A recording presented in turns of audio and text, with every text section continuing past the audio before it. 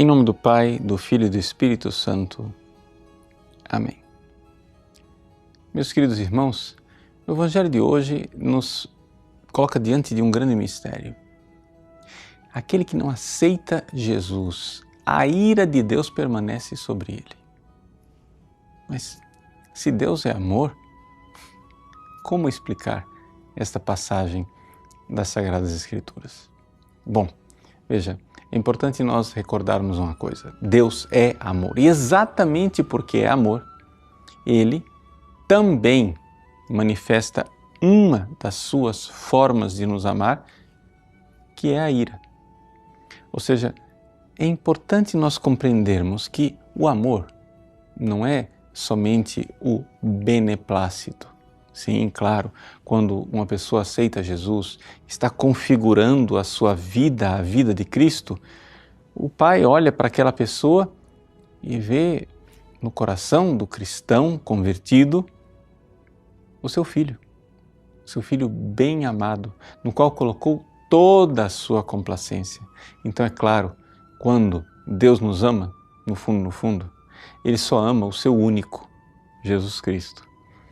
Nós somos amados por Deus exatamente porque acolhemos aquele que é o amado de Deus.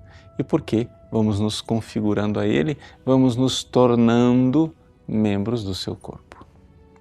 Mas o que acontece é que quando nós fazemos um pecado, o nosso pecado nos coloca em estado de inimizade. Você não nota isso, mas essa é uma das grandes verdades da alma humana. Como quando Adão pecou lá no jardim, no pecado original, e Deus desceu na brisa da tarde para passear e Adão se escondeu porque começou a ver Deus como inimigo. Ou seja, todo ser humano em pecado mortal trata Deus como se Deus fosse o inimigo. Deus tenta nos atrair por vínculos humanos. Deus tenta nos conduzir até Ele. Mas nem todos os seus filhos ouvem estes apelos benevolentes. Então existe aquela última alternativa, aquela última tentativa de Deus, em que se não vai pelo amor, vai pela dor. Ou seja, em que Deus nos faz ver a consequência do nosso pecado. Então, quando ainda nesta vida, Deus começa a rasgar a cortina, o véu, que encobre a nossa miséria e começa a mostrar a nossa nudez, ou seja, começa a mostrar o que é que o nosso pecado fez conosco. É isto, a ira de Deus. Ou seja, a ira de Deus é um supremo e último ato de amor em que Deus tenta reconduzir os seus filhos de volta. É como aquele filho pródigo.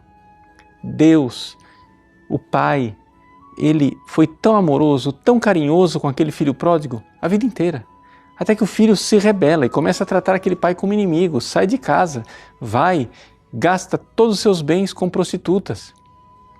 Termina trabalhando como escravo para um patrão cruel, mas quando finalmente ele enxerga que ele está invejando a comida dos porcos, aquele momento da ira de Deus, ou seja, o momento em que finalmente se rasgou o véu, a fantasia, poderíamos dizer, da nossa ilusão, e nós enxergamos a nossa miséria.